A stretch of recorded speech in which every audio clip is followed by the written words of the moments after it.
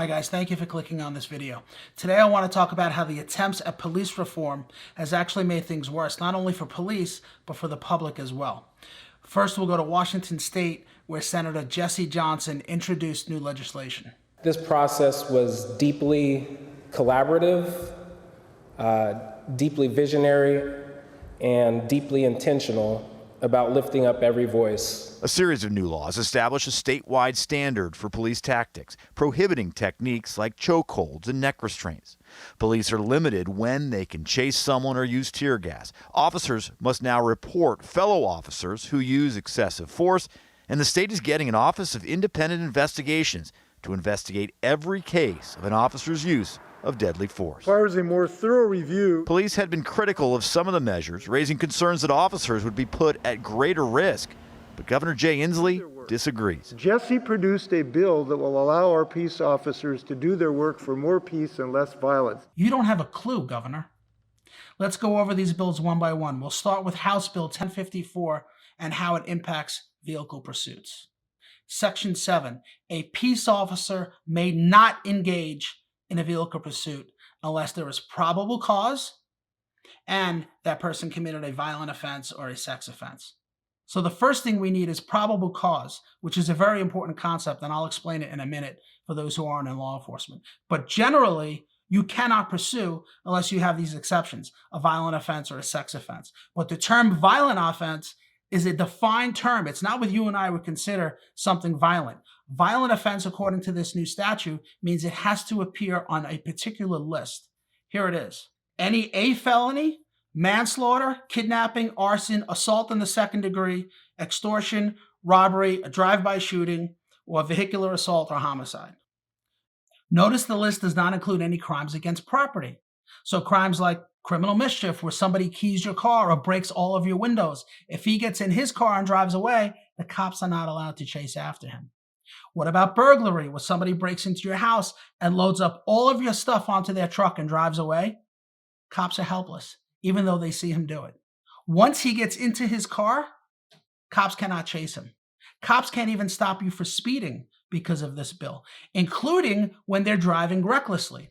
That's exactly what happened on Interstate 5, where the cops observed someone driving the wrong way against the flow of traffic. They were told to turn their lights off and stop the pursuit. And what do you think happened? The guy slammed head-on into oncoming traffic and nearly killed someone. And if that perp wasn't incapacitated, he would be allowed to drive away again, because leaving the scene of an accident isn't on that list, even when it's done to police. Police say a man rammed 2 police units this morning and they had to just let him get away. Officers called off a pursuit because of the recently passed state laws for police accountability. It all started on Tuesday morning during a potential car break-in at an apartment complex on South Meridian. Officers say when they arrived, they got out of their cars and the driver hit the gas pedal. He struck both of our patrol cars and fled the scene, so that would be a hit and run, but unfortunately that's not it's not a crime that rises to a level that allows us to pursue him. Because there wasn't anyone in the police units, it's technically a property crime. A hit and run, but non-violent. To have a vehicle pursuit that could put our lives at risk simply because of property damage is really unreasonable. Right, it's unreasonable. Did anyone tell the Democrats how stupid this bill is and the effect it's going to have on their city? And speaking of cars, what effect do they think this is going to have on stolen vehicles, being that criminal possession of stolen property and grand larceny are not on that list?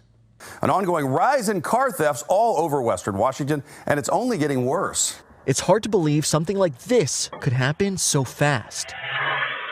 The car stolen in the video is Sheila Davenport's. She watched with her own eyes as it sped away from her home. Take a look at the spike in vehicle thefts in 2021 on this graph from Lakewood Police. In Tacoma, car thefts are up 63%, with more than 3,200 just in 2021. You need to be held accountable for your action. You are a thief. In Washington, that's no easy task. Under the current law, we are not allowed to pursue any stolen vehicles. That's because of a law passed in 2021. Davenport was not aware of these changes in our state. What are we supposed to do? Just sit here and allow thieves to continue to steal? Until the law is changed, they're going to continue to do what they need to do. So that's on the lawmakers as well. That law needs to come off the books immediately. Not with the Democrats in charge, it won't. Let's go back to that list. Notice it includes assault in the second degree, but not third degree. This means you can punch a cop in the face and the cop can't chase you. In fact, you can tase a cop and the cop has to let you go. Democrats don't like cops. And apparently they don't like children either, because while the list includes assaulting a child in the second degree, it doesn't include assaulting a child in the third degree. This occurs when a perp assaults a child 12 years old or younger. I know. How often does that happen, right? Tonight, a Queens toddler is recovering after becoming the victim of a random attack. 2-year-old Sophia returned home Friday night, her little face still covered in cuts and bruises, the same place she was attacked just hours earlier, as she sat in this wagon while her grandmother threw out the trash. Sophia's grandma says 31-year-old Christopher Elder walked up, screamed, and then shoved the wagon, tossing little Sophia into the middle of the street. She needed stitches to close the wounds on her face and head. Here's another one. More proof that no one is safe when it comes to the crime crisis in America, even our children. Shocking surveillance video showing career criminal thug, this punk, previously arrested over 40 times, sucker punching, get this, a 4-year-old in the middle of Times Square, a block from here. If the perp would have fled in either of those situations, the cops would have had to let him go under this new law. Now let's talk about probable cause. In very basic terms, probable cause means this guy did it, I know that he did it, and I have all the evidence I need to prove it. Reasonable suspicion is a level of proof less than probable cause. It means I'm pretty sure this guy did it, but I need 5 more minutes to prove it. I'll give you an example. Let's say a call comes over that a male black abducts a 3-year-old from his mom, and he fled eastbound on 125th Street driving a black Nissan. And you happen to be driving westbound on 125th Street, and you see a male black flying past you, going in the opposite direction, driving a black Nissan, weaving in and out of traffic. Under these new rules, you can't pull him over.